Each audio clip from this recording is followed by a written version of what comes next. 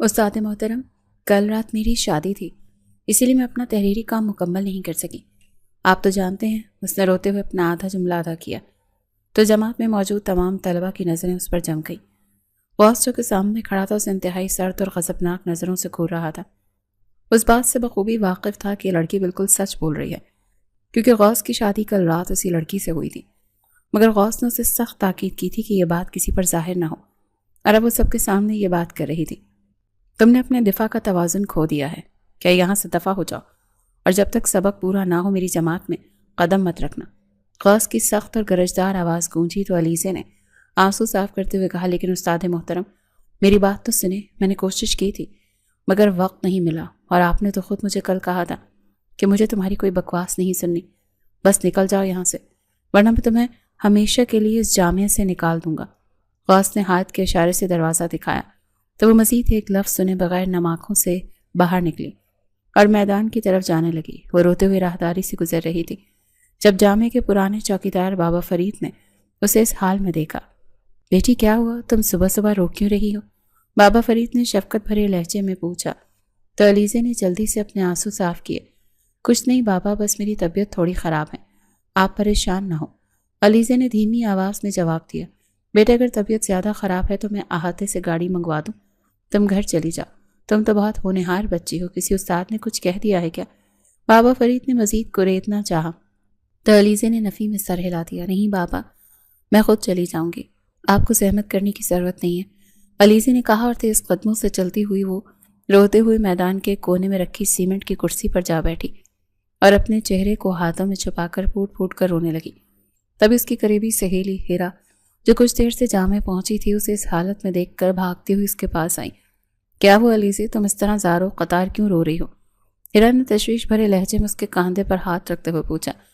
علیزے نے سرخ آنکھوں سے ہیرا کو دیکھا تو اس کے آنسو مزید تیزی سے بہنے لگے۔ کچھ نہیں ہیرا، بس میرے سر میں بہت زیادہ درد ہو رہا ہے، علیزے نے اپنے آنسو چھپانے کی ناکام کوشش کرتے ہوئے جھوٹ بولا۔ سر میں درد ہے یا اس نئے کھڑوس استاد نے تمہیں ڈانٹا ہے؟ میں اچھی طرح سے جانتی ہوں انسان کم اور چلتی پھرتی مصیبت زیادہ ہیں، تم ان کی باتوں کا اتنا دل پر مت لیا کرو، ہیرا نے تھوڑے مزاحیہ انداز میں کہا تاکہ علیزے کے چہرے پر کوئی مسکراہٹ آ سکے۔ تم کچھ نہیں جانتی ہیرا، میری تو پوری زندگی ایک مصیبت بن چکی ہے، علیزے نے سسکتے ہوئے جواب دیا۔ کیا مطلب، کیسی مصیبت؟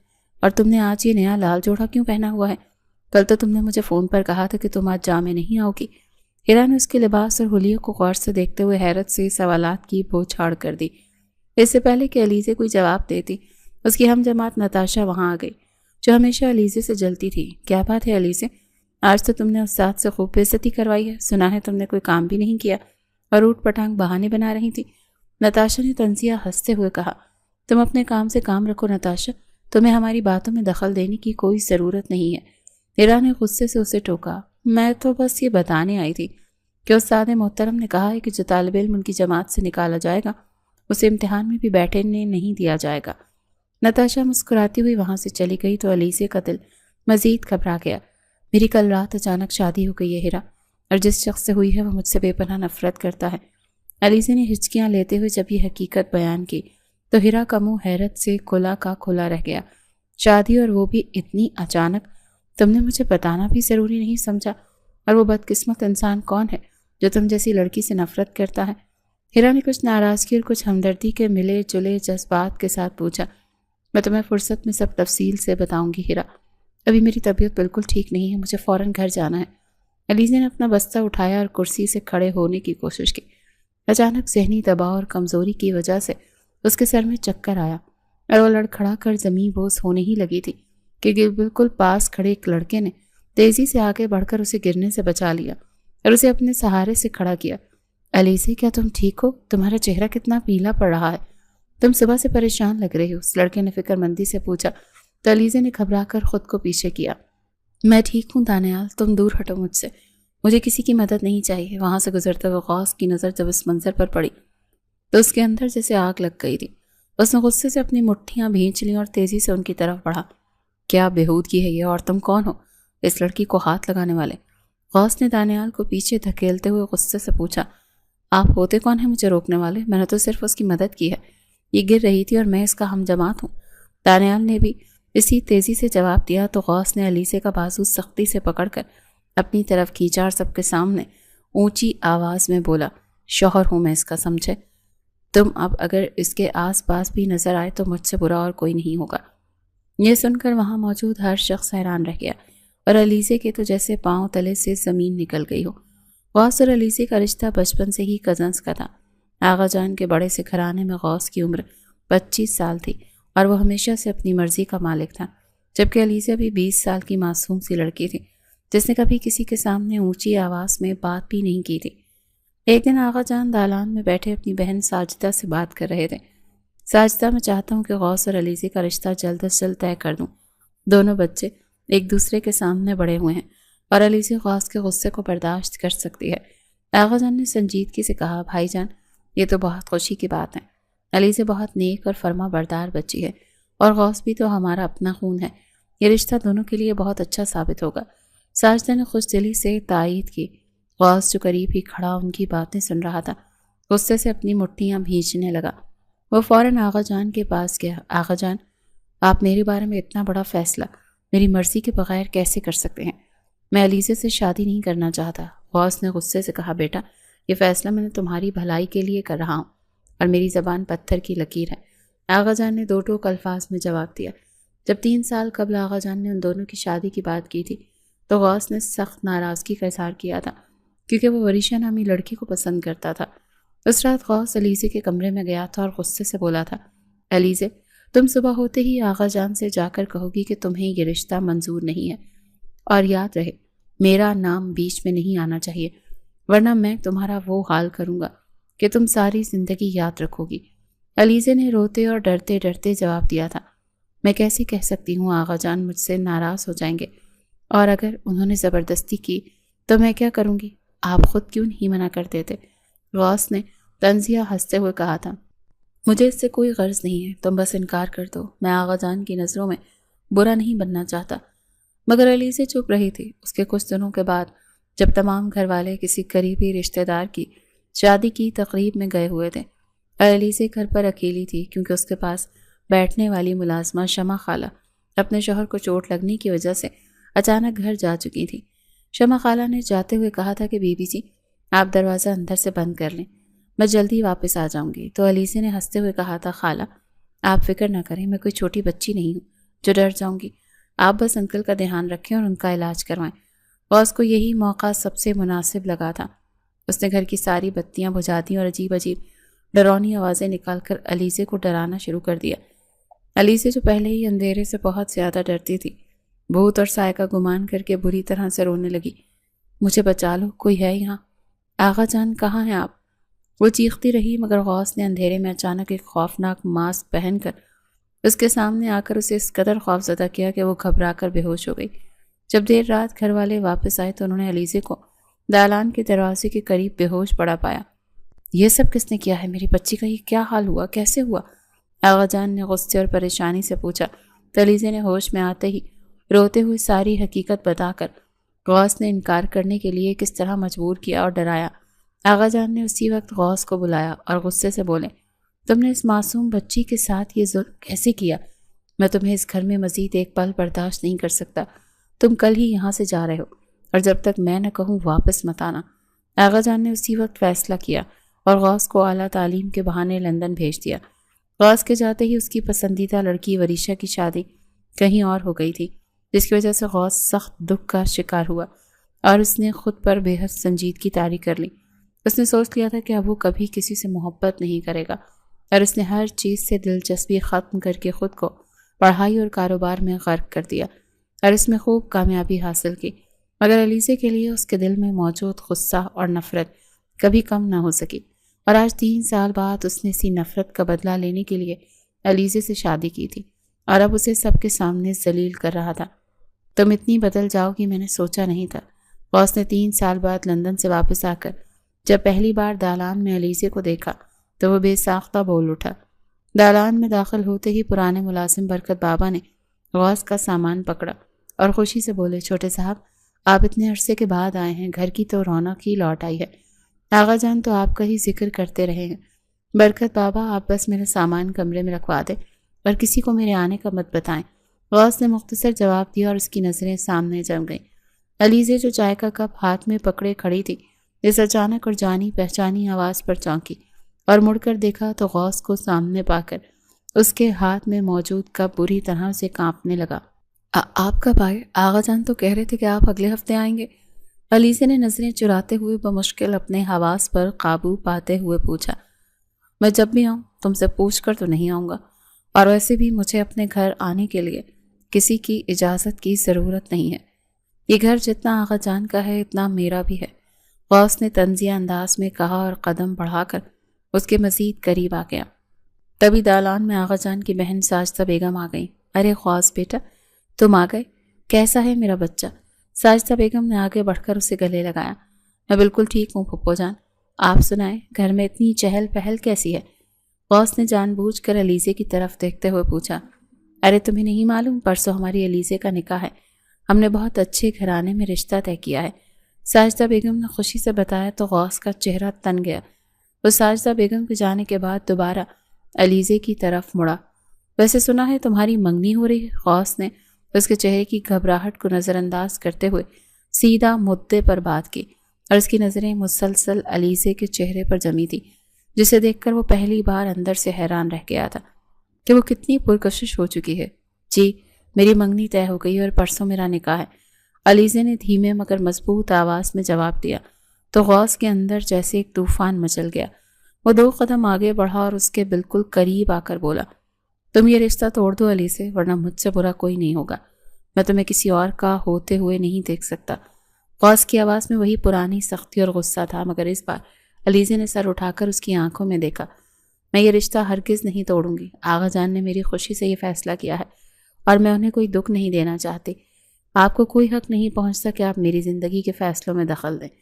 علیزے نے پہلی بار اتنے اعتماد سے جواب دیا تو غوث اسے حیرت سے دیکھنے لگا۔ تم جانتی ہو کہ میرے ایک اشارے پر یہ شادی رک سکتی ہے، غوث نے دانت پیستے ہوئے کہا۔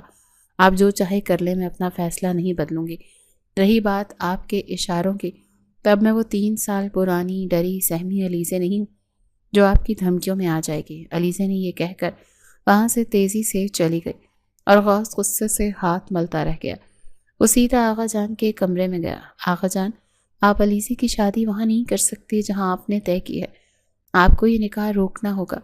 غوث نے کمرے میں داخل ہوتے ہی بغیر کسی تمہید کے کہا، بیٹا تم 3 سال بعد آئے ہو اور آتے ہی تم نے مجھ پر حکم چلانا شروع کر دیا۔ میں یہ شادی کیوں روک دوں جب علیزے خود اس رشتے پر راضی ہے اور وہ لڑکا بھی بہت نیک اور شریف ہے؟ آغا جان نے نرمی سے مگر فیصلہ کن انداز میں جواب دیا، آپ میری بات کیوں نہیں سمجھ رہے؟ وہ لڑکا علیزے کے قابل نہیں ہے اور میں نہیں چاہتا کہ میری کزن کی زندگی برباد ہو۔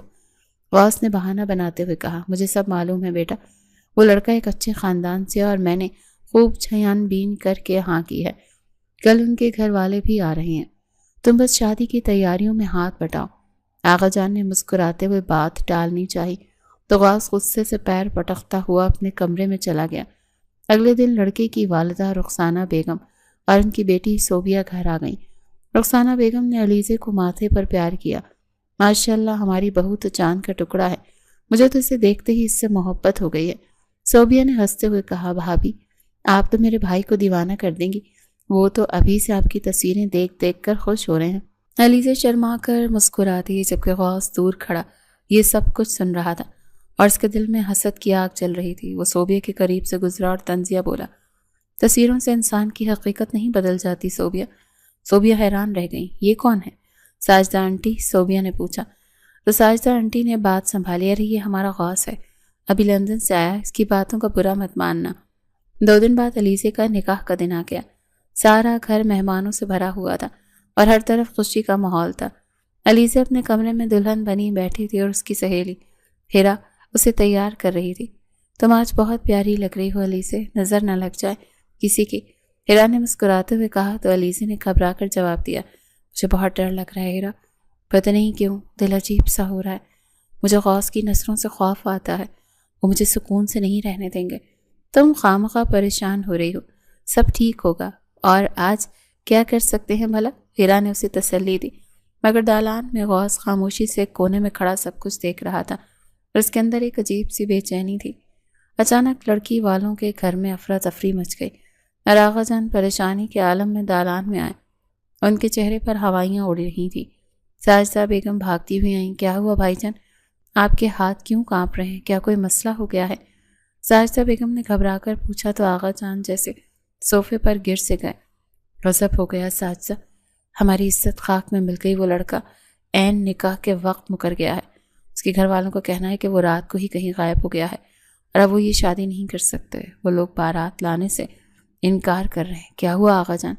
آپ اتنے پریشان کیوں ہیں؟ غوث نے آگے بڑھ کر پوچھا، حالانکہ وہ سب سن چکا تھا۔ بیٹا، وہ لڑکا بھاگ گیا، ہماری تو ناک کٹ گئی ہے۔ اس بھرے مجمع میں ہم کیا منہ دکھائیں گے لوگوں کو؟ سب مہمان آ چکے ہیں، کھانے لگ چکے ہیں۔ آغا جان روحاں سے ہو کر بولے تو غوث کے چہرے پر ایک عجیب سی مسکراہٹ ابھری۔ اس نے فوراً اپنے تاثرات بدلے۔ آپ پریشان نہ ہو آغا جان، علیزے کا نکاح آج ہی ہوگا اور مجھ سے ہوگا۔ غوث نے بلند آواز میں کہا تو سب گھر والے حیران رہ گئے۔ بیٹا، تم یہ کیا کہہ رہے ہو؟ تم تو اس شادی کے خلاف تھے۔ آغا جان نے حیرت سے پوچھا، میں اپنی خاندانی عزت کو یوں خاک میں ملتے نہیں دیکھ سکتا۔ آپ نے مجھے پالا ہے، میں آپ کو یوں رسوا نہیں ہونے دوں گا۔ آپ بس قاضی صاحب کو بلائیں، میں تیار ہوں۔ غوث نے سنجیدگی سے کہا تو آغا جان نے خوشی اور تشکر سے اسے گلے لگا لیا۔ دوسری طرف جب ساجدہ بیگم نے کمرے میں جا کر علیزے کو اس بات کا علم دیا تو اس نے رونے اور انکار کرنے کی بہت کوشش کی۔ پپو، میں غوث سے شادی نہیں کروں گی، وہ مجھ سے نفرت کرتے ہیں۔ آغا جان، خدارا مجھ پر یہ ظلم نہ کریں، میں زندگی بھر کماری بیٹھنے کو تیار ہوں مگر اس شخص کے ساتھ نہیں۔ علیزے نے روتے ہوئے آغا جان کی منتیں کی جو ابھی کمرے میں داخل ہوئے تھے۔ بیٹی، ہماری عزت کا سوال ہے، تو مجھے اس بڑھاپے میں لوگوں کے تانے سننے کے لیے مت چھوڑو۔ غوث بہت بدل گیا ہے، وہ تمہیں خوش رکھے گا۔ اس نے خود رضامندی ظاہر کی ہے۔ آغا جان نے اس کے سر پر ہاتھ رکھتے ہوئے التجا کی تو علیزے خاموش ہو گئی اور روتے روتے اس نے نکاح نامے پر دستخط کر دیے۔ نکاح کے فوراً بعد جب وہ دونوں اکیلے کمرے میں آئے تو علیزے ڈر کر ایک کونے میں کھڑی ہو گئی۔ تم نے سوچا تھا کہ تم اپنی مرضی کرو گی اور میں تمہیں یوں ہی چھوڑ دوں گا؟ 3 سال پہلے تم نے آغا جان کو میرے خلاف بھڑکا کر مجھے گھر سے نکلوایا تھا۔ آج میں نے تم سے شادی صرف اس ذلت کا بدلہ لینے کے لیے کی ہے۔ غوث نے غصے سے اس کی طرف بڑھتے ہوئے کہا، میں نے کوئی جھوٹ نہیں بولا تھا، آپ نے ہی مجھے ڈرایا تھا، میں نے آغا جان سے کچھ نہیں کہا تھا۔ علیزے نے روتے ہوئے اپنا دفاع کیا، تم اب رو کر میری ہمدردی نہیں لے سکتی۔ آج سے تمہاری زندگی کا ہر فیصلہ میں کروں گا۔ تم کب جاگو گی، کب سو گی، کہاں جاؤ گی، سب میری مرضی سے ہوگا۔ اور کل تم جامع جاؤ گی تاکہ تمہیں اندازہ ہو کہ میرے اصول کیا ہیں اور مجھ سے بغاوت کا انجام کیا ہوتا ہے۔ غوث نے سخت لہجے میں کہا اور تکیہ اٹھا کر صوفے پر جا لیٹی۔ اگلی صبح ناشتے کی میز پر غوث نے سب کے سامنے بالکل عام سا رویہ اپنایا۔ ساجدہ بیگم نے پوچھا کہ بیٹا آج چھٹی کر لیتے، آج سے تمہاری شادی کا پہلا دن ہے۔ نہیں پپو جان، پڑھائی کا خرچ ہوگا، علیزے کو بھی جانا ہے۔ غوث نے مسکراتے ہوئے کہا مگر اس کی آنکھوں میں سختی تھی۔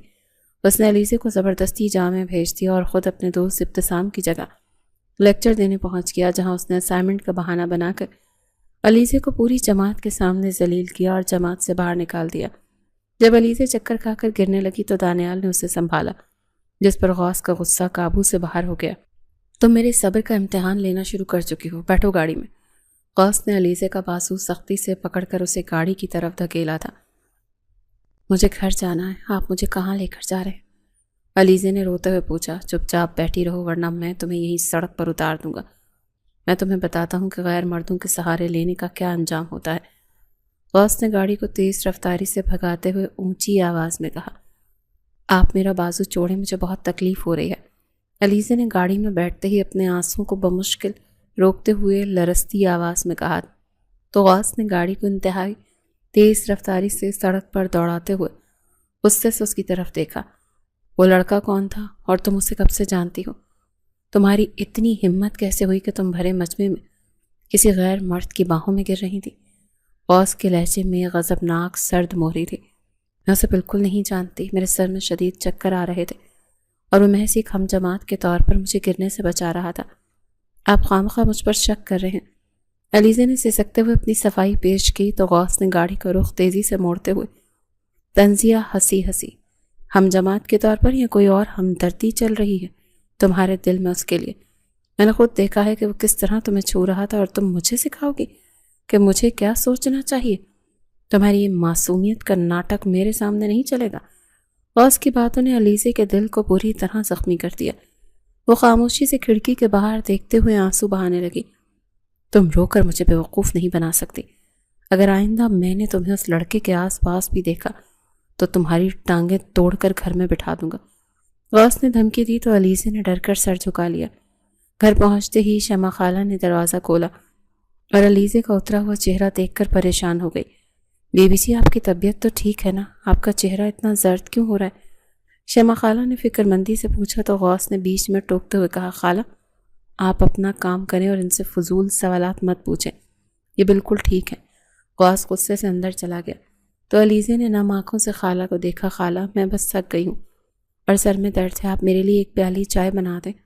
علیزے نے بات کو ٹالا اور اپنے کمرے کی طرف چلی گئی۔ رات کے کھانے پر آغا جان نے دونوں کو اپنے پاس بٹھایا۔ بچوں، میں نے فیصلہ کیا ہے کہ تم دونوں کل صبح مری جا رہے ہو تاکہ ایک دوسرے کو سمجھ سکو اور کچھ وقت اکیلے گزار سکو۔ آغا جان نے مسکراتے ہوئے اعلان کیا تو غوث کے چہرے کا رنگ بدل گیا۔ آغا جان، ہمیں کہیں نہیں جانا، میرے پاس اپنے کاروبار اور جامع کے بہت سے کام ہیں، میں یہ وقت ضائع نہیں کر سکتا۔ غوث نے سختی سے انکار کیا، مگر آغا جان نے اپنا حتمی فیصلہ سناتے ہوئے کہا، میں نے تمام انتظامات کر دیے ہیں اور یہ میرا آخری فیصلہ ہے۔ کاروبار 2 دن بند رہے گا تو کوئی نقصان نہیں ہوگا۔ علیزہ تم جا کر اپنی تیاری کرو۔ کھانا ختم ہوتے ہی غوث غصے سے پیر پٹکتا ہوا کمرے میں آیا اور علیزہ کی طرف مڑ کر بولا، تم ابھی جا کر آغا جان سے کہو گی کہ تم مری نہیں جانا چاہتی اور تمہاری طبیعت خراب ہے۔ جاؤ ابھی، میں آغا جان کے سامنے کھڑے ہو کر ان کے فیصلے سے انکار نہیں کر سکتی۔ آپ کو نہیں جانا تو آپ خود جا کر منع کر دیں، میں ان کا دل نہیں دکھا سکتے۔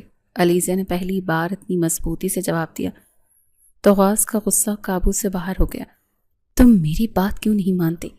تم جان بوجھ کر مجھے تنگ کر رہی ہو نا، تاکہ آغا جان کی نظروں میں نیک بن سکو اور مجھے برا ثابت کر سکو۔ غوث نے غصے سے میز پر پڑا شیشے کا گلاس زمین پر دے مارا، جس کے ٹوٹنے کی آواز سے علیزہ ڈر کر پیچھے ہٹ گئی۔ میں نے ایسا کچھ نہیں سوچا غوث، آپ مجھ پر بلا وجہ غصہ کر رہے ہیں، علیزہ نے روتے ہوئے کہا۔ میں اس گھر میں ایک پل نہیں رک سکتا۔ غوث نے دروازہ زور سے بند کیا اور رات کے اندھیرے میں گھر سے نکل گیا۔ علیزہ دروازے کی طرف دیکھتی رہی اور روتے روتے اسی صوفے پر انتظار کرتے ہوئے سو گئی۔ رات گئے جب غوث واپس آیا تو کمرے کی ہلکی روشنی میں اس نے علیزہ کو صوفے پر بے آرام سوتا ہوا پایا۔ اس کا معصوم چہرہ آنسوؤں کے نشانات سے بھرا ہوا تھا۔ بے ساختہ غوث کے لبوں پر ایک نرم سی مسکراہٹ ابھری اور اس کے دل میں چھپی ہوئی کوئی نامعلوم سی محبت جاگ اٹھی۔ اس نے انتہائی نرمی سے آگے بڑھ کر علیزہ کو اپنی باہوں میں اٹھایا اور آرام سے بستر پر لٹا کر اس پر کمبل اڑا دیا۔ اگلی صبح جب علیزہ کی آنکھ کھلی تو وہ خود کو بستر پر پا کر حیران رہ گئی، مگر اس سے پہلے کہ وہ کچھ سوچتی غوث کی سخت آواز گونجی، اٹھو اور جلدی سے اپنا سامان رکھو، ہمیں نکلنے میں پہلے ہی دیر ہو چکی ہے۔ تم نے مجھے رات کو جگایا کیوں نہیں؟ اور میں بستر پر کیسے آئی؟ علیزہ نے حیرت سے پوچھا۔ تم خود نیند میں چل کر آئی ہوگی، مجھے کیا معلوم، اب جلدی کرو۔ غوث نے بات بنائی اور باہر چلا گیا۔ علیزہ نے جلدی سے اپنا سامان سمیٹا اور باہر دالان میں آ گئی، جہاں ساجدہ بیگم اور آغا جان چائے پی رہے تھے۔ آؤ بیٹی، کچھ کھا لو، ساجدہ بیگم نے پیار سے بلایا۔ پھوپھو جان، مجھے بھوک نہیں ہے، ہم بس نکلنے والے ہیں، علیزہ نے دھیمی آواز میں جواب دیا۔ تبھی غوث بھی وہیں آ گیا۔ آغا جان، ہم جا رہے ہیں، غوث نے اسپاٹ لہجے میں کہا تو آغا جان نے مسکراتے ہوئے غوث کے کاندھے پر ہاتھ رکھا۔ بیٹا، آرام سے گاڑی چلانا اور میری بچی کا بہت خیال رکھنا۔ غوث نے دل ہی دل میں غصہ پیا اور سر ہلا کر باہر نکل گیا۔ گاڑی میں بیٹھتی اس نے گاڑی کا دروازہ اتنے زور سے بند کیا کہ علیزہ اچھل پڑی۔ تم نے آغا جان کے سامنے ایسے معصوم بننے کا ناٹک کیوں کیا کہ مجھے بھوک نہیں ہے؟ اب راستے میں بھوک کا رونا مت رونا۔ غوث نے گاڑی چلاتے ہوئے طنز کیا۔ میں نے کوئی ناٹک نہیں کیا، میرا واقعی کچھ کھانے کا دل نہیں ہے، علیزہ نے نظریں جھکا کر جواب دیا۔ مجھے تمہاری ان فضول باتوں پر کوئی یقین نہیں ہے، غوث نے کہا اور گاڑی کی رفتار بڑھا دی۔ راستے میں ایک چائے کے ڈھابے پر غوث نے گاڑی روکی اور چائے لانے چلا گیا۔ تم گاڑی میں ہی بیٹھو، میں چائے لے کر آتا ہوں، غوث نے سختی سے کہا اور کچھ دیر کے بعد چائے کے 2 کپ لیے واپس آیا۔ اس نے 1 کپ علیزہ کی طرف بڑھایا۔ لو پیو اسے اور اپنا موڈ ٹھیک کرو، سارا راستہ رو رو کر میرا دماغ خراب کر دیا ہے، غوث نے چڑھتے ہوئے کہا۔ علیزہ نے گھبراہٹ میں جلدی سے کپ پکڑا، مگر چائے کی شدید تپش اور کانپتے ہاتھوں کی وجہ سے کچھ چھلک گیا اور تھوڑی سی چائے اس کے ہاتھ پر گر گئی۔ ہائے اللہ، میرا ہاتھ! علیزے نے تکلیف سے کراہتے ہوئے کپ پر مشکل قابو کیا تو غوث کا غصہ ایک دم فکر میں بدل گیا۔ پاگل ہو گئی ہو تم، دھیان کہاں رہتا ہے تمہارا؟ غوث نے جلدی سے کپ اس کے ہاتھ سے لے کر گاڑی کے خانے پر رکھا اور رومال نکال کر اس کا ہاتھ صاف کرنے لگا۔ آپ ہی تو مجھ پر ہر وقت غصہ کرتے ہیں، میرا ہاتھ ڈر کے مارے کانپ رہا تھا، علیزے نے روحانسی اور شکوہ بھری آواز میں کہا۔ تم اپنی ہر بے وقوفی کا الزام مجھ پر ڈال دیا کرو، خود تو جیسے کوئی عقل ہی نہیں ہے۔ لاؤ دکھاؤ ہاتھ، کہاں جلا ہے؟ غوث نے اس کا ہاتھ پکڑ کر بخار دیکھا جہاں ہلکی سی سرخی آ گئی تھی۔ آپ چھوڑیں مجھے، میں ٹھیک ہوں۔ علیزے نے اپنا ہاتھ کھینچنا چاہا۔ چپ چاپ بیٹھی رہو ورنہ یہیں سے ڈھابے پر چھوڑ کر چلا جاؤں گا، غوث نے سخت غصے میں کہا اور گاڑی میں رکھی ٹھنڈے پانی کی بوتل سے اس کے ہاتھ پر پانی ڈالا۔ علیزے خاموشی سے اسے دیکھتی رہی جو غصے میں بھی اس کی تکلیف پر بے چین ہو رہا تھا۔ کچھ دیر بعد غوث نے گاڑی دوبارہ سڑک پر دوڑا دی۔ سارا راستہ وہ دونوں گاڑی میں خاموش بیٹھے رہے اور مری کے خوبصورت راستوں میں بھی ان کے درمیان ایک سرد جنگ جاری رہی۔ مری پہنچ کر جب وہ ایک شاندار قیام گاہ میں داخل ہوئے تو غوث نے منتظم سے بات کی۔ ہمیں 2 الگ الگ کمرے چاہیے، غوث نے کہا تو منتظم حیران ہوا۔ صاحب، آپ نے تو میاں بیوی کے نام سے بکنگ کروائی تھی اور ہمارے پاس ایک ہی بڑا کمرہ خالی ہے۔ منتظم نے وضاحت کی، مجھے نہیں معلوم، مجھے 2 کمرے چاہیے ورنہ میں یہ قیام گاہ چھوڑ دوں گا اور تمہاری شکایت بھی کروں گا، غوث نے غصے سے کہا تو منتظم نے ڈرتے ہوئے ایک چھوٹا کمرہ بھی دے دیا۔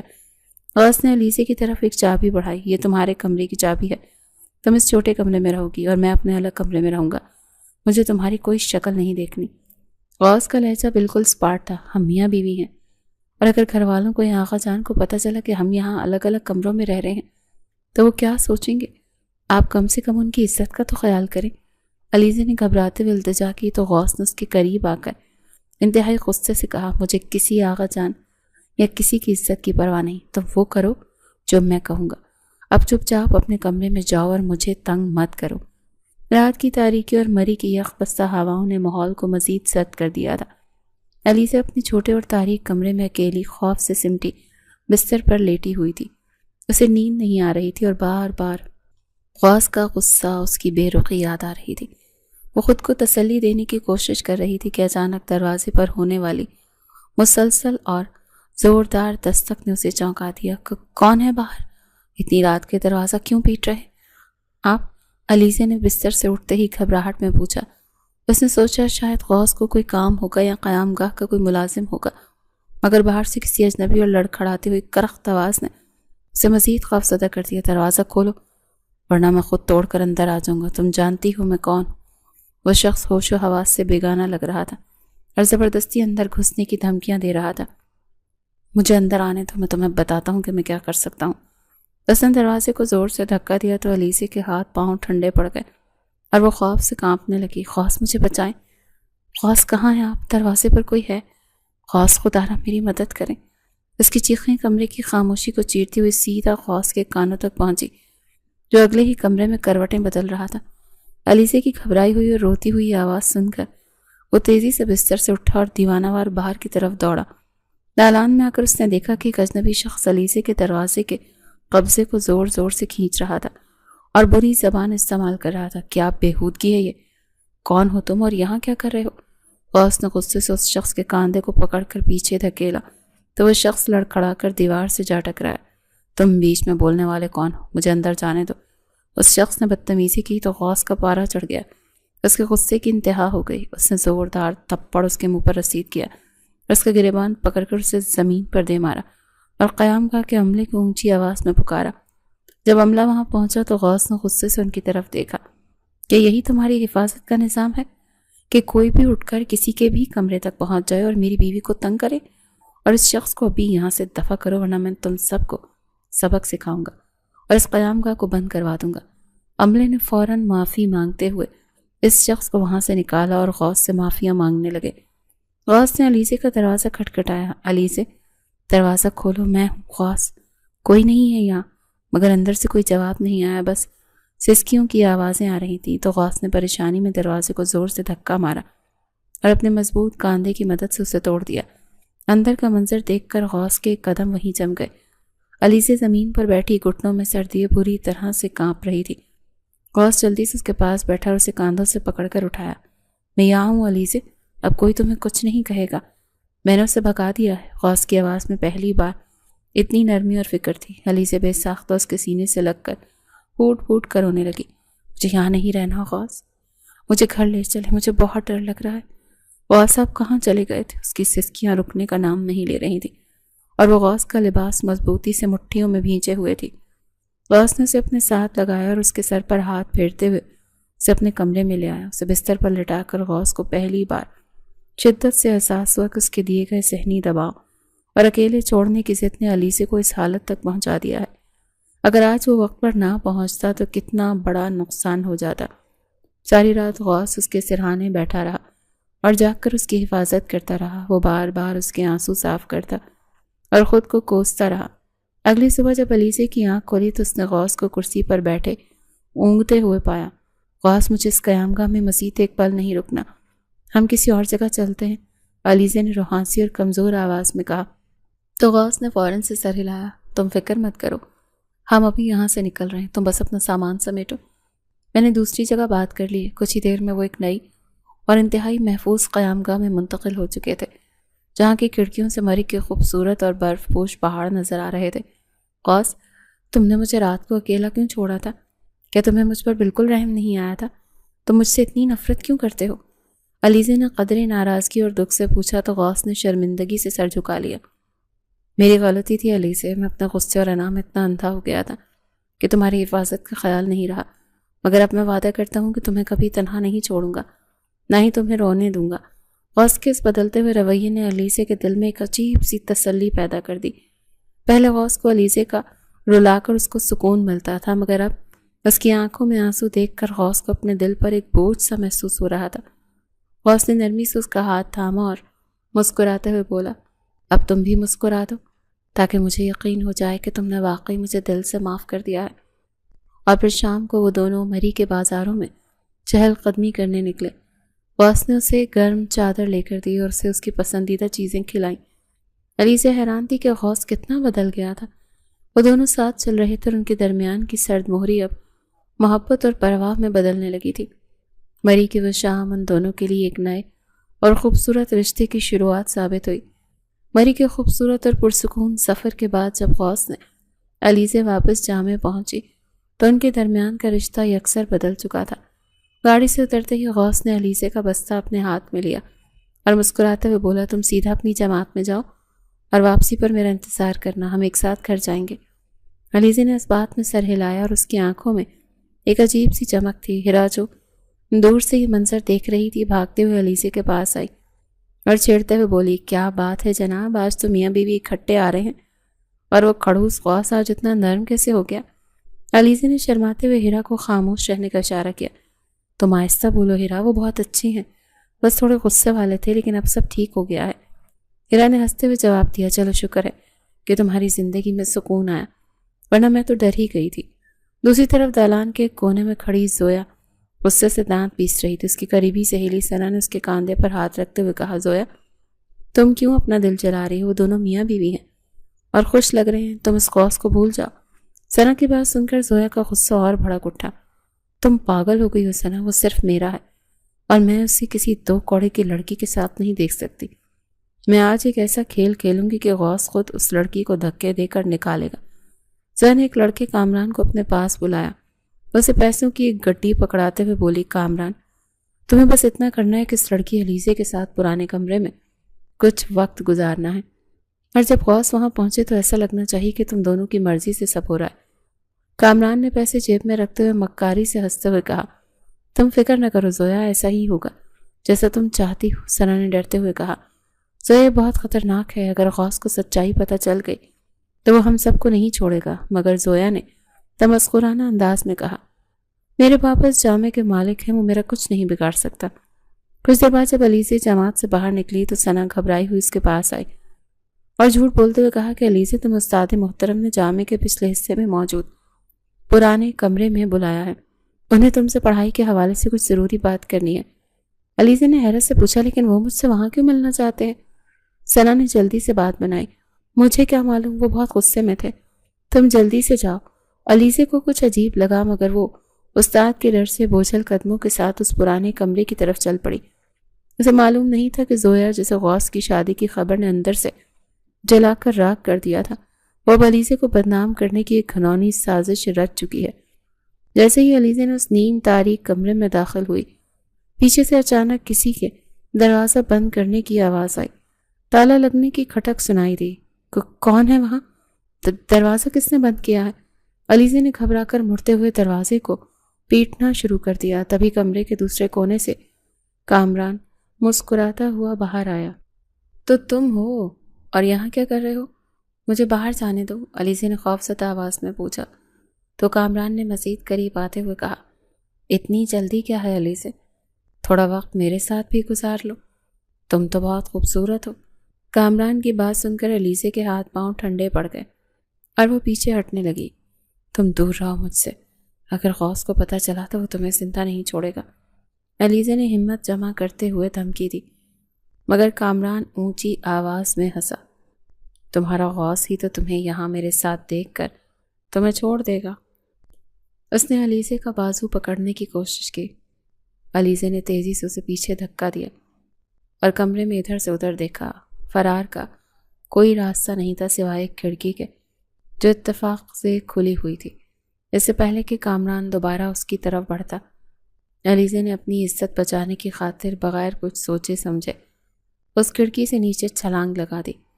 نیچے خوش قسمتی سے تعمیراتی کام چلنے کی وجہ سے ریت کا ایک بہت بڑا سا ڈھیر پڑا ہوا تھا، جس پر گرنے سے علیزے کی جان تو بچ گئی مگر اس کے پاؤں میں شدید موچ آ گئی اور وہ درد سے کراہنے لگی۔ دوسری طرف غوث اپنی جماعت ختم کر کے علیزے کو ڈھونڈ رہا تھا۔ اسے جب ہیرا نے روتے ہوئے بتایا کہ اس نے علیزے کو ثنا کے ساتھ پرانے کمرے کی طرف جاتے دیکھا تھا اور اب ثنا غائب ہے، تو غوث کے ماتھے پر تشویش کے بل پڑ گئے۔ وہ تیزی سے اس طرف آئے تو علیزے کو ریت پر گرے اور درد سے تڑپتے پایا۔ علیزے، یہ سب کیا ہے؟ تم یہاں کیسے گری؟ غوث نے بے تحاشا پریشانی اور تکلیف کے عالم میں اس کے پاس بیٹھتے ہوئے پوچھا، تو علیزے نے روتے ہوئے سسکیاں لیتے ہوئے غوث کو وہ ساری سازش بتا دی جو اس کے ساتھ ہوئی تھی اور کامران کی حرکت کا بھی بتایا۔ غوث کی آنکھیں غصے سے سرخ ہو گئیں۔ اس کا دل چاہا کہ وہ پوری جامے کو سر پر اٹھا لے۔ اس نے علیزے کو انتہائی نرمی سے سہارا دے کر کھڑا کیا اور اسے اپنے ساتھ لے کر سیدھا دالان میں آیا، جہاں بہت سی طلبہ زویا اور ثنا بھی کھڑی تماشا دیکھنے کا انتظار کر رہی تھی۔ غوث نے سیدھا جا کر کامران کے گریبان پر ہاتھ ڈالا، جو ابھی ابھی اس کمرے سے باہر نکل کر آ رہا تھا، اور اسے اتنی زوردار تھپڑ رسید کیا کہ کامران زمین پر گر کر معافیا مانگنے لگا۔ مجھے چھوڑ دیں، مجھے زویا نے پیسے دیے تھے یہ سب کرنے کے لیے، کامران نے ڈر کے مارے سب کے سامنے روتے ہوئے سچ اگل دیا۔ تو وہاں کھڑے ہر شخص کے چہرے پر حیرت کے تاثرات ابھر آئے۔ زویا کا چہرہ شرمندگی اور خوف سے سفید پڑ گیا، جبکہ ثنا ڈر کے مارے پیچھے ہٹنے لگی۔ غوث نے کامران کو چھوڑا اور علیزے کا ہاتھ مضبوطی سے تھام کر سب کے سامنے کھڑا ہو گیا۔ مجھے اپنی بیوی پر خود سے زیادہ بھروسہ ہے، اور جس نے بھی اسے بدنام کرنے کی کوشش کی وہ کان کھول کر سن لے۔ آج تو میں نے صرف ہاتھ اٹھایا ہے، اگلی بار میں وہ حشر کروں گا کہ تم لوگ یاد رکھو گے۔ غوث کی کرجدار آواز پورے دالان میں گونجی تو سب خاموش کھڑے رہے۔ تم جیسی گھٹیا سوچ رکھنے والوں کو لگتا ہے کہ تم میری بیوی پر کیچڑ اچھال کر مجھے اس سے دور کر دو گی، تو یہ تمہاری سب سے بڑی بھول ہے۔ اپنے باپ کے پیسوں کا غرور اپنے پاس رکھو۔ زویا، آج کے بعد اگر تم یا تمہارا کوئی بھی ساتھی میری علیزے کے آس پاس بھی پھٹکا تو مجھ سے برا کوئی نہیں ہوگا۔ غوث نے زویا کی حقارت سے دیکھتے ہوئے اپنا آخری فیصلہ سنایا اور پھر علیزے کا ہاتھ تھامے اسے وہاں سے لے کر چل پڑا۔ علیزے کے پاؤں میں درد تھا مگر غوث کے اس مضبوط سہارے اور بھروسے نے اس کے دل کی ساری تکلیف کو ختم کر دیا تھا۔ مجھے تم پر فخر ہے غوث کہ تم نے مجھ پر شک کرنے کے بجائے میرا ساتھ دیا، علیزے نے گاڑی میں بیٹھتے ہی تشکر بھرے لہجے میں کہا۔ تو غوث نے نرمی سے اس کی طرف دیکھا اور بولا، تم میری عزت ہو علیزے، اور اپنی عزت پر داغ لگنا میں کبھی بھی برداشت نہیں کر سکتا۔ مجھے معاف کر دو علیزے، میں تمہارے ہوتے ہوئے بھی تمہاری عزت کی حفاظت نہیں کر سکا۔ جامع سے گھر واپس آ کر غوث نے علیزے کو نرمی سے بستر پر لٹایا تھا اور انتہائی شرمندگی اور دکھ بھرے لہجے میں کہا۔ تو علیزے نے مسکراتے ہوئے اس کا ہاتھ تھام لیا۔ آپ ایسا کیوں کہہ رہے ہیں غوث؟ آپ نے تو سب کے سامنے میرا ساتھ دیا اور مجھے ذلت سے بچا لیا۔ اگر آپ نہ ہوتے تو میں شاید زندہ ہی نہ بچتی۔ علیزے نے اسے تسلی دی، مگر غوث کی آنکھوں میں ابھی تک نمی اور پچھتاوا تھا۔ نہیں علیزے، میری وجہ سے تمہیں اتنی تکلیف پہنچی اور تم نے اپنی جان خطرے میں ڈال دی۔ اگر تمہیں کچھ ہو جاتا تو میں خود کو زندگی پر معاف نہیں کر پاتا۔ غوث نے اس کے پاؤں پر لگی چوٹ کو دیکھتے ہوئے کہا، آپ پریشان نہ ہو، میں بالکل ٹھیک ہوں اور اب تو ہم دونوں کے درمیان کوئی غلط فہمی بھی نہیں رہی۔ علیزے نے محبت سے جواب دیا۔ تو ان دونوں کے درمیان مکمل صلح ہو گئی۔ اگلے دن صبح غوث اسے لے کر شفا خانے پہنچا تھا تاکہ اس کے پاؤں کا تفصیلی معائنہ ہو سکے اور ساتھ ہی اس کی حالت کے پیش نظر تسلی کی جا سکے۔ ڈاکٹر صوبیہ، جو کہ ایک انتہائی شفیق اور تجربہ کار خاتون تھیں، انہوں نے علیزے کا معائنہ کیا۔ ڈاکٹر صاحبہ، میری بیوی کی چوٹ کیسی ہے اور کیا بچے کو تو کوئی نقصان نہیں پہنچا؟ غوث نے انتہائی فکر مندی سے پوچھا تو ڈاکٹر صوبیہ مسکرا دی۔ آپ بالکل پریشان نہ ہوں غوث بیٹا، چوٹ معمولی ہے اور بچہ بھی بالکل محفوظ ہے۔ بس انہیں مکمل آرام کی ضرورت ہے اور ہر قسم کے ذہنی دباؤ سے دور رکھنا ہے۔ غوث نے سکون کا سانس لیا۔ میں ان کا پورا خیال رکھوں گا ڈاکٹر صاحبہ، آپ بس مجھے ان کی خوراک اور ادویات کی تفصیل بتا دیں۔ غوث کے اتنے محتاط اور محبت بھرے رویے کو دیکھ کر علیزے کے دل میں اس کے لیے مزید عزت بڑھ گئی تھی۔ گھر واپس آ کر غوث نے اسے بستر پر لٹایا اور خود اس کے لیے پھل کاٹنے لگا۔ کچھ دن بعد جب علیزے کی چوٹ قدرے بہتر ہو گئی تو گھر میں آغا جان کی بہن پھپھو راشدہ اور ان کی بیٹی نمرہ ملنے آ گئی۔ نمرہ ہمیشہ سے غوث کو پسند کرتی تھی اور علیزے سے خامخواہ کی حسد رکھتی تھی۔ دالان میں بیٹھتے ہی راشدہ نے طنزیہ لہجے میں کہا، سنا ہے علیزے نے جامع جانا چھوڑ دیا ہے؟ کیا بات ہے، اتنی جلدی پڑھائی سے دل بھر گیا یا وہاں کوئی ایسا ویسا مسئلہ ہو گیا ہے جس کی وجہ سے گھر بیٹھنا پڑا؟ علیزے نے سر جھکا لیا اور خاموش رہی، مگر اسی وقت غوث دالان میں داخل ہوا اور اس نے پھپھو کی بات سن لی تھی۔ پھپھو جان، علیزے نے جامع جانا کسی مسئلے کی وجہ سے نہیں چھوڑا، بلکہ یہ ہمارا مشترکہ فیصلہ ہے، کیونکہ وہ اب اس حالت میں نہیں ہے کہ روزانہ سفر کی تھکان برداشت کر سکے۔ غوث نے انتہائی پروقار مگر مضبوط لہجے میں جواب دیا۔ نمرہ نے جل کر کہا، تو کیا ہوا غوث بھائی، آج کل تو لڑکیاں اس حالت میں بھی کام کرتی ہیں اور پڑھتی بھی ہیں، آپ اسے اتنا سر پر کیوں چڑھا رہے ہیں؟ غوث نے نمرہ کی طرف سرد نظروں سے دیکھا۔ نمرہ وہ میری بیوی ہے اور میرے آنے والے بچے کی ماں ہے۔ اس کی عزت اور آرام میرے لیے دنیا کی ہر چیز سے بڑھ کر ہے، اور مجھے یہ بالکل پسند نہیں ہے کہ کوئی میری بیوی کی ذات یا اس کے فیصلوں پر تنقید کرے۔ غوث کا دو ٹوک اور سخت جواب سن کر راشدہ اور نمرہ کے چہرے اتر گئے اور انہوں نے خاموشی میں ہی عافیت جانی۔ آغا جان جو دور کھڑے یہ منظر دیکھ رہے تھے، غوث کے اس بدلے ہوئے اور ذمہ دارانہ رویے کو دیکھ کر بہت خوش ہوئے۔ اور اسی شام جب غوث اپنے کمرے میں بیٹھا اپنے کاروباری منتظم کمال سے فون پر بات کر رہا تھا تو علیزے خاموشی سے اس کے پاس آ کر بیٹھ گئی تھی۔ کمال صاحب، میں نے فیصلہ کیا ہے کہ اب میں جامع میں پڑھانے نہیں جاؤں گا۔ میرا استعفیٰ تیار کروا دیں، میں اپنا سارا وقت اپنے کاروبار اور نئے منصوبے کو دوں گا تاکہ میں اپنے خاندان کے لیے ایک بہترین مستقبل بنا سکوں۔ غوث نے فون بند کیا تو علیزے نے حیرت سے پوچھا، یہ آپ نے کیا کیا غوث؟ آپ کو تو پڑھانے کا بہت شوق تھا، پھر آپ نے استعفیٰ کیوں دے دیا؟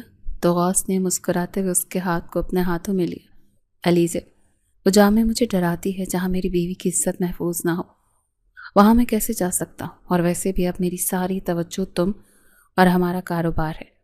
تم بس آرام کرو اور اپنا خیال رکھو اور باقی سب مجھ پر چھوڑ دو۔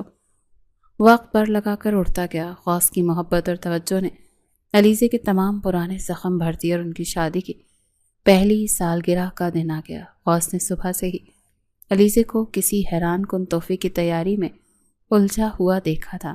شام کو اس نے علیزے کی آنکھوں پر ایک ریشمی پٹی باندھی اور اسے گاڑی میں بٹھا کر ایک نامعلوم منزل کی طرف لے چلا۔ غوث، ہم کہاں جا رہے ہیں؟ مجھے کچھ تو بتائیں، علیزے نے ہنستے ہوئے اور قدرے تجسس سے پوچھا۔ بس تھوڑا سا انتظار اور میری جان، غوث نے محبت بھرے لہجے میں کہا۔ گاڑی ایک شاندار اور بڑے سے گھر کے سامنے رکی جو بڑے قمقموں اور پھولوں سے سجا ہوا تھا۔ غوث نے گاڑی کا دروازہ کھولا اور علیزے کا ہاتھ پکڑ کر اسے احتیاط سے باہر نکالا۔ آنکھیں کھولو علیزے، غوث نے پٹی کھولتے ہوئے کہا تو علیزے نے سامنے موجود خوبصورت اور وسیع بنگلے کو دیکھ کر حیرت سے پوچھا، یہ سب کیا ہے غوث، اور ہم یہاں کیوں آئے ہیں؟ غوث نے اس کا ہاتھ تھام کر اسے اندر لے جاتے ہوئے کہا، یہ ہمارا نیا گھر ہے علیزے، ہماری شادی کی سالگرہ کا تحفہ۔ میں نے کمال صاحب کے ساتھ مل کر پچھلے کئی مہینوں سے اس کی تیاری کی تھی تاکہ تمہاری پسند کے مطابق ہر چیز بنا سکوں۔ علیزے کی آنکھیں خوشی اور حیرت سے پھیل گئیں، مگر یہ اتنا بڑا تحفہ، مجھے اس کی کیا ضرورت تھی؟ غوث، میرا اصل گھر تو آپ کا دل ہے علیزے، میں جانتا ہوں میں نے شروع میں تمہارے ساتھ بہت برا سلوک کیا، تمہیں ڈرایا، رلایا، راتوں کو جگایا، مگر آج میں تم سے سچے دل سے معافی مانگتا ہوں اور وعدہ کرتا ہوں کہ اب میری زندگی کا مقصد صرف اور صرف تمہیں خوش رکھنا ہے۔ یہ گھر تو محض ایک عمارت ہے، میری اصل دنیا تو تم ہو۔ غوث کی محبت بھرے اقرار پر علیزے کی آنکھوں سے خوشی کے آنسو چھلک پڑے۔ اس نے غوث کا ہاتھ مضبوطی سے تھام لیا۔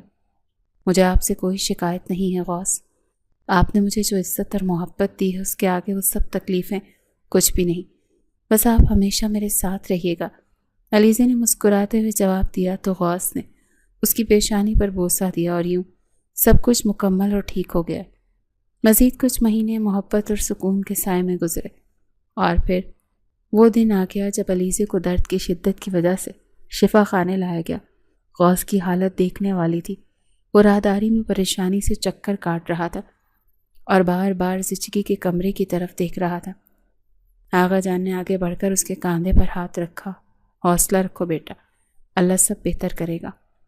آغا جان میں بہت ڈر رہا ہوں، اگر علیزے کو کچھ ہو گیا تو میں زندہ نہیں رہ سکوں گا۔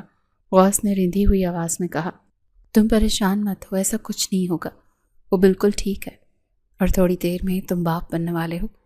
آغا جان نے اسے تسلی دی، تبھی دروازہ کھلا اور ڈاکٹر صوبیہ مسکراتے ہوئے باہر آئیں۔ مبارک ہو غوث صاحب، اللہ نے آپ کو ایک بہت ہی پیاری اور صحت مند بیٹی سے نوازا ہے، آپ کی بیوی بھی بالکل خیریت سے ہیں۔ یہ سنتے ہی غوث کی آنکھوں سے تشکر کے آنسو بہہ نکلے۔ اس نے فوراً اللہ کا شکر ادا کیا اور جلدی سے کمرے میں داخل ہوا۔ علیزے تھکی ہوئی مگر مسکراتی ہوئی حالت میں بستر پر لیٹی تھی اور اس کے پہلو میں ایک ننھی سی جان موجود تھی۔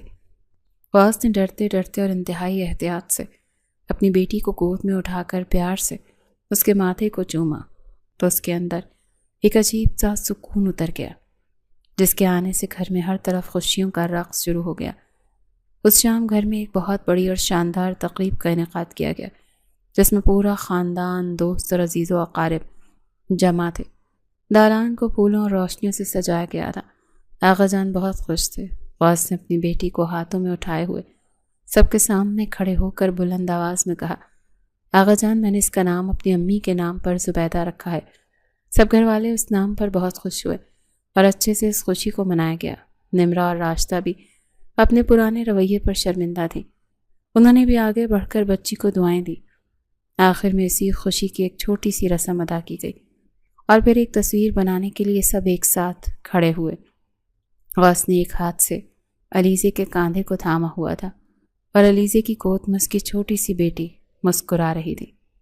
یہ ایک مکمل اور خوشحال خاندان کی تصویر تھی جو ان کے آنے والی خوبصورت اور محبت بھری زندگی کی عکاسی کر رہی تھی، اور غوث کو دیکھ کر اب کوئی نہیں کہہ سکتا تھا کہ وہی سنگ دل انسان ہے جس نے کبھی علیزے کو رلایا تھا۔ اب وہ صرف ایک محبت کرنے والا شوہر اور ایک شفیق باپ تھا جس کی دنیا اسی مسکراہٹ کے گرد گھومتی تھی، اور یوں ان کی کہانی خوبصورت موڑ پر آ کر ہمیشہ کے لیے خوشیوں کے سنگ جڑ گئی۔